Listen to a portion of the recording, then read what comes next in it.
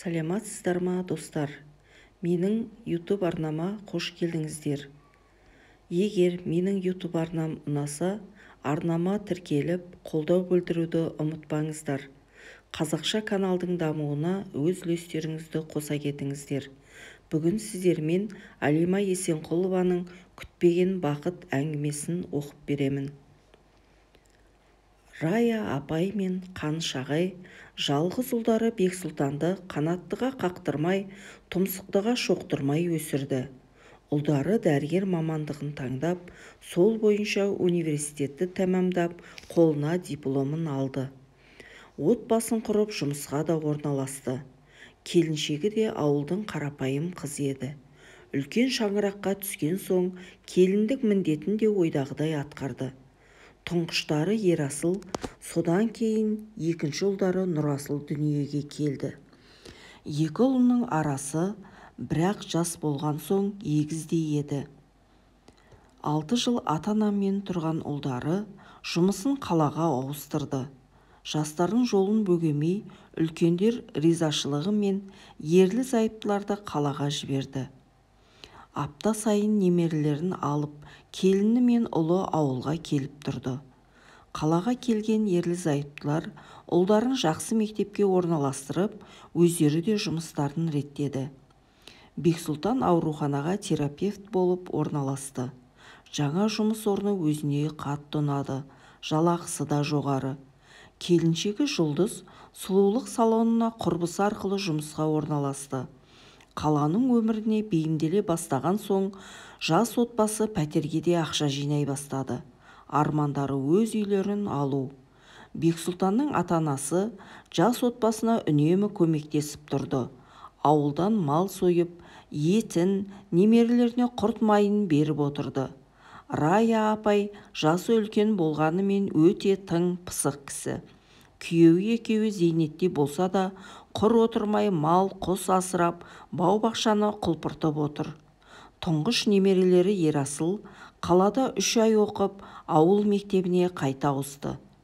Кішкентайынан ата-әже қолында өскен бала қалаға үйрене алмады. Бексұлтан да ұлының ойын құптап, бір жағына әке-шешесіне ермек болсын деп, ұлын ауылға жіберді.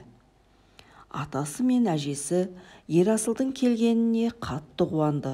Үйдің де сәні кіріп, әңгімелері де жарасты. Ерасылдың сабағы о бастан озат еді. Сол қалпымен қазір де озат оқушылардың қатарында. Сабақтан тыс уақытында атасына көмектесіп, жылқыға мінеді. Апта сайын келіп тұратын ұлы мен келінінің ауылға келуі сирей бастады. Телефонмен сөйлесіп, ұлы жұмыс басты болып, қолдары босамай жүргендерін айтты. Жастарды ата-ана көп мазаламады. Қалада өмір сүру оңай еместігін түсінетін. Өздері де бұрындары жас болды. Талай қиын күндерді бастан кешірді. Сол үшін де Рай апай мен Қаныш ағай ұлы мен келініне түсіністікпен қарады. 8 наурыз қарсаңында Бексұлтан мен Жұлдыз ұлдары Нұрасылды алып ауылға келді. Ата-ана қатты қуанып қалды. Нұрасылдың бойы өсіп, сәнді киініп қаланың жігіттеріне ұқсап қалыпты. Рай апай қазанға қыстан қалған жылқының сүр еті мен жылы жұмсағын салды. Буы бұрқырап қайнаған еттің дәмі қалалықтардың тәбетін бірден ашып жіберді. Қала расымен де адамды өзгертеді екен. Жұлдыздың да киім үлгісі мен шаш үлгісі бұрынғыдай емес. Қолында жүрген инабатты, жылы жүзді келіндері кәдімгідей өзгеріп кеткен сынды. Ұзын тырнағы мен қызыл бояуы да ерсі көрінеді. Рай апай бұған да үндемеді. Заманына қарай жастары, қаланың аты расымен де қала деп іштей ой түйді. Піскен асқа нан илеп салар деген келіні қолының ұшында қимылдатпады. Әмиянынан ақша шығарып ұлына, «Ерасик, магазинге барып дайын жайма алып кел», деп ұлына бұйыра сөйледі. Рай апай жақтырмастан жалт қарап, «Дүкеннің жаймасын атаң ұнатпайды, ерінсең өзім-ақ қамыр илеймін», деп енесі ас үйге беттеді. Рай апайдың жұмыртқа қосып илеп жайған қамыры әп-сәтте қағаздай болып қазанға салынды. Үй іші үлкен асты сүйсіне жеді. Келесі күні Бексұлтандар қалаға жиналды. Рай апай қолдарын бос қайтармай бір малдың еті мен жұмыртқа майларын қоса салды. Багажы ауырлап кеткен Бексұлтан ата-анасына қалжыңдап, ауылға келсек, папам мен мамам қарық қылып жібереді деп жадырай күлді. Әкесі де, ұлым, барында жегенге не жетсін, ас болсын, Алла несібелеріңнен айырмасын, деп ұлы мен келініне әкелік жүрек жылытар жақсы сөзін айтып шығарып салды. Келіні мен ұлы қалаға кеткен соң Рай апай ұзақ ойдың тұңғиығына батты. Соңғы кезде келінінің ерсі мінезін бірнеше рет байқап та қалды. Қалаға бекерақ жібердік пе деп іштей бір ойы кейде маза бермейді. Жұлдыз қалаға келгелі расымен де өзгерген еді. Аралас құрбыларынан қалмай сәнді киініп сәнді жүруге тырысты. Ауылда жүрген кезде қой аузына шөп алмас момын әйелі біраз ашылып, талғамы да өзгергенін Бексұлтан да байқап жүр. Бір күні кеш бата Жұлдыз айна алдында сәнденіп біраз тұрды. Жұмыстан шаршап келген Бексұлтан әйелінің бұл қылығын түсіне алмай, соншама сәнденіп қайда жиналдың? Деп әйелін тергей жөнелді. Жұлдыз жауап беруге асықпады.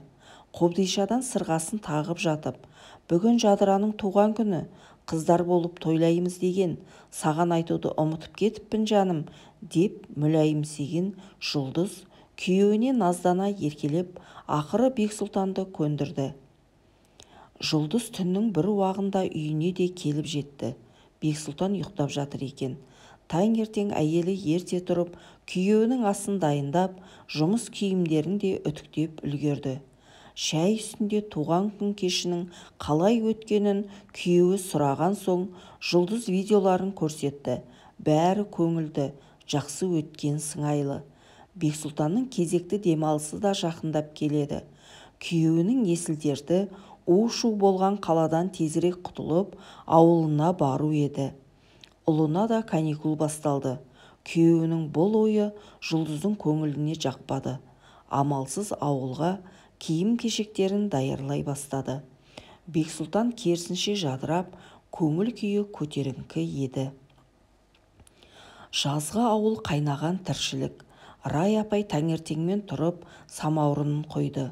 Тезекке қызартып, нанын да жауып алды. Сыртқа тоқтаған көлікке елең ете қалған Қанышағай сыртқы есікті ашты. Бұл келген Бексұлтандар еді. Анасының даярлап жатқан шайының үстінен түсті. Әппақ қаймақ, ыстық нан, сүт қатылған қою күрең шайды ұлы асықпай баппен ішті. Жұлдыз бұл жолы мүлде сәлем салмай, жай ғана амандасты.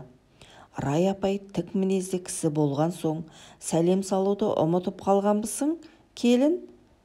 Еш болмаса шашыңды жина, төрде таудай атаң отыр. Олай сәнденіп тек қалада жүре бер, қарсы емеспіз, деп Жұлдызды біраз сілкіп те алды. Жұлдыз да бұл жолы шытынап, ой мама, қазір 21 ғасыр, барлығы осылай жүреді, деп қарсы пікірін жеткізді. Рай апай бұрынғы келінінің көркем мінезін жоғалтып, дөрекі болып кеткеніне қатты күйінді. Сызылып ата-енені сыйлайтын келіні қаланың нағыз көкбет әйеліне айналыпты. Үй шаруасына да немқұрайлы. Қолы қалт ете қалса, құлағына телефонын жарыстырып алатын. Жұлдыз құрбыларына бұл жерден кеткенше асығып жүргенін күн сайын жеткізді. Құрбылары салонға қымбат киімдер дүкеніне барып, видеоларын жібергенде Жұлдыздың іші күйетін. Өзінің ауылға келгеніне жыны келіп күйеуіне, «Бекош, қалаға қашан қайтамыз? Жұмысқа шығуым керек. Жадыра декретке кетіп, орнына адам табылмай жатыр екен», деп Жұлдыз күйеуінен жылы жауап күтті. Бексұлтан бұл жолы иіле қоймады. «Жұлдыз, ауылға жылына бір келеміз. Демалысқа шыққаным кеше, қаланы әзірге атама. Сенсіз салон жабылып қалмас. одан да үй тірлігіне апама көмектес, жасы келген адам бір тыңбайды, деген күйеуінің сөзі Жұлдызға тікендей батты. Бексұлтанға қырсыққан Жұлдыз тірлікті жарытып істемеді. Күйеуі екеуінің арасына осылайша сыза түсе бастады. Жұлдыздың ендігі ойы қалаға кетерінде үлкен ұлын бірге алып кетіп, келер жылы мектепті сонда оқыту. Күйеуінің бір айға созылған демалысы да бітуге таяу. Бұл демалыс Жұлдыз үшін бір айға сағызша созылып, ауылдың тіршілігі жүйкесіне әбден тиген еді. Таңғы шай үстінде Жұлдыз: Ерасылды қалаға алып кететін болдым, сонда оқып білімін толықтырсын, ауылда дым да жоқ, бала қазірден даму керек, деп тақ ете түсті. Ішкен шайына қақалып қала жаздаған қайын атасы: үлкендермен бір ауыз ақылдаспай, шешімді өз беттеріңмен қабылдай салады екенсіңдер. Мейлі, бала сендердікі, барсын, деп қария іштей ренжіп те қалды. Бексұлтан да әйелінің бұл қылығына шыдап әзер отырған еді. Бір уақытта: бала ешқайда бармайды, осында қалады, деп қабағын шыта Жұлдызға қарады. Осы сәтте Ерасыл да ұйқысынан тұрып, дастархан басына жайғасқан еді. Рай әжей немересіне: Ерасыл, анаң сені қалаға оқытамын дейді, қаласаң сонда оқы, ата-анаңның, ініңнің қасында боласың, демалыс сайын келіп тұрасың, деп немересінің басынан сипады. Ерасылға әке-шешесінен де ата-әжені қымбат еді. Әжесінің сөзі аяқталған соң Ерасыл анасына қарап: мен ешқайда бармаймын, атам мен әжемнің қасында боламын, барасыңдар ма, өздерің бара беріңдер, деп ұлының айтқан сөздері Жұлдыздың көңілін түсіріп жіберді.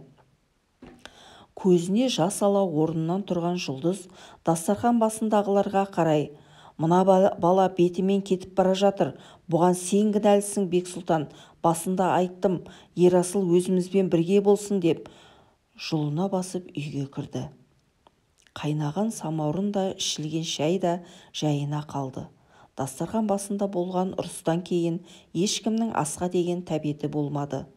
Рай апай қалаға жиналған ұлының әдеттегідей сөмкесін даярлап, ауылдың дәмінен молырақ салды.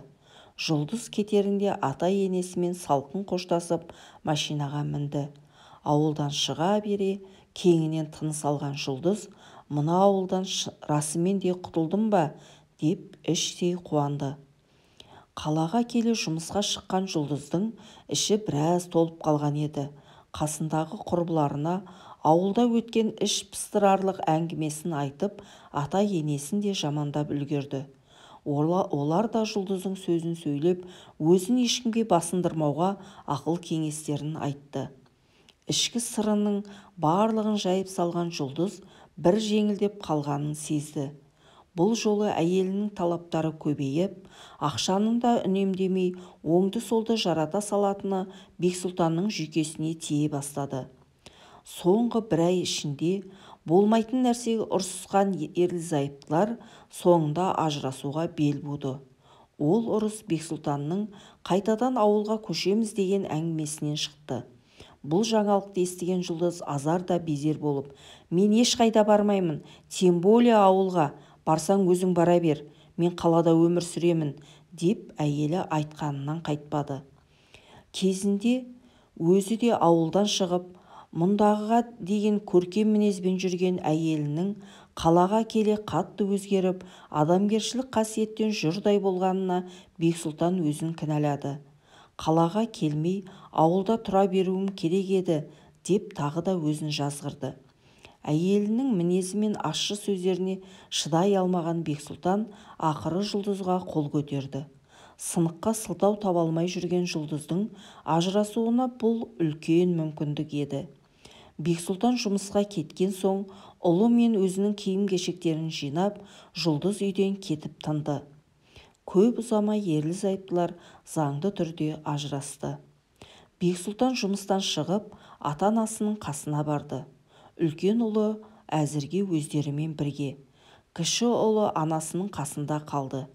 Үш ұйықтаса да қалаға барып ажырасып кетемін деген Бексұлтанның түсіне де кірмеген еді. Адам аласы ішінде деген нәрсе тегін айтылмаса керек. Осы күнге дейін сыйлап келген әйелінің аласы, арамдығы ішінде болыпты. Жұлдыз Бексұлтанмен ажырасып, қалада бөлек пәтерге шықты. Ауылдағы өзінің ата-анасымен де керісіп, араласуын қойған. Ұлы мен келінінің ажырасып кеткені ата-аналарына қатты батты. Рай апайдың таудай мұңы тек өз ішінде еді. Бексұлтан ауылға қайтадан жұмысқа тұрды. Жұлдыз Ерасылды әкесімен қалдырды. Ерасылда ер жеткен сайын анасына деген өкпесі қара қазандай. Бексұлтанның білікті дәрігер екеніне көзі жеткен ауыл тұрғындары емханаға жиі баратын болды. Ауыл емханасы да бұрынғыдай ескі емес. Жаңадан соғылған соң жұмыс жасауға да ыңғайлы. Емханаға жаңадан медбике келді. Раушан нағашы әпкесінің үйіне көшіп келіп, әрі науқас әпкесіне қарап, емханаға да орналасқан еді. Раушанның жылы жүзі, сөйлеген сөздері де әдепті. Бексұлтан екеуінің сәлемі түзу, аға деп жаны қалмайды. Ажырасқан соң 1 жыл күйзеліске түскен Бексұлтан кәдімгідей азып жүдеп кеткен еді. Емханаға келген нәзік, аққуша күлімкөз қызды көрген сәттен бастап ішінде бір сәуле пайда болған сыңайлы. Бірақ ол сырын Бексұлтан ешкімге білдірмеуге тырысты. Асығыстық танытқысы келмеді. Кезінде Жұлдыздың да сыртқы сұлулығына арбалып, ішкі жан дүниесіне толықтай танымағаны ақыры ажырасуға әкелді. Әйелден бір жолата көңілім қалды деп ойлаған Бексұлтан Раушанды көргенде жүрегі шым етіп, түсініксіз жұмбақ халді басынан кешірген еді. Раушан да Бексұлтанды іштей ұнатып қалғанын сезді. Оның әйелінен ажырасып кеткенін де естіген. Осындай білімді, ақылды, адамгершілік қасиеті мол жанды әйелі қалай тастап кеткенін Раушан түсіне алмады. Раушан өте ашық, ақкөңіл қыз еді. Бексұлтан екеуінің әңгімелері жарасып, кейбір ойлары бір жерден шығатын. Арада жыл өткен соң Бексұлтан Раушанға шынайы ғашық болып қалғанын түсінді. Бірақ өз сезімін жеткізуге әлі де қорқақтады. Қызды үркітіп аламын ба деп сан рет құбылды. Бексұлтан мен Раушан екеуі кезекті әріптестерінің туған күн кешіне бірге барды. Раушан күндегіден әлде қайда құлпырып кетіпті. Артына өрілген бұрымы өзіне жарасып ақ тұр. Киген киімі де әдемі. Осы сәтті пайдаланып Бексұлтан Раушанға ашыла әңгіме айтты. Кей кезде қызды күлдіру үшін әзілден де қосты. Кезекті биге келгенде Бексұлтан Раушанды биге шақырды. Қыздың нәзік қолдары жігіт қолына тигенде Бексұлтанның бойынан электр тоғының толқыны жүріп өткендей болды. Көздері мен көздері түйіскен сәтте екеуі де бақыт құшағында еді. Екеуі де іштей әуен бітпесе екен деп тіледі. Кеш көңілді өтіп, Бексұлтан Раушанды үйіне дейін шығарып салуды жөн көрді. Жаздың әдемі салқын кеші нағыз серуендеуге қолайлы еді. Бексұлтан көптен бергі сезімін Раушанға дәл осы сәтте жеткізгісі келді. Раушан, саған бір нәрсе айтсам деймін, қарсы болмасаң, деп Бексұлтан қызға қарады. Раушан да көздері күлімдеп, иә, айта беріңіз, тыңдап тұрмын, деді. Бексұлтан бұл жолы еш мүдірместен өзінің басынан өткенін түгелдей айтып, сөз соңында Раушанды ұнататынын да жасырмады. Бексұлтаннан мұндай сөзді күтпеген Раушан сенерін де сенбесін де білмей біраз таңырқап қалды.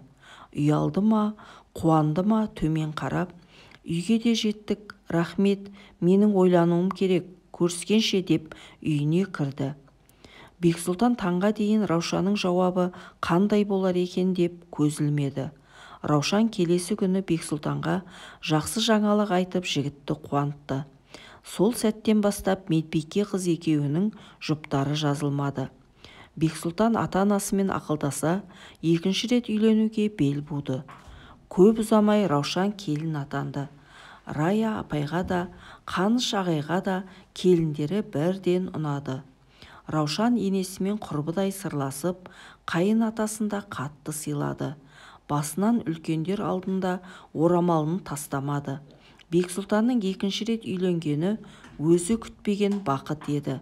Бақытын бағалай білмеген Жұлдыз да екінші рет тұрмысқа шығып және ажырасып кеткенін Бексұлтан таныстарынан естіді. Раушан өмірге сұлу 12 мүшесі сау қаншайымды дүниеге әкеліп үй ішін қуантты.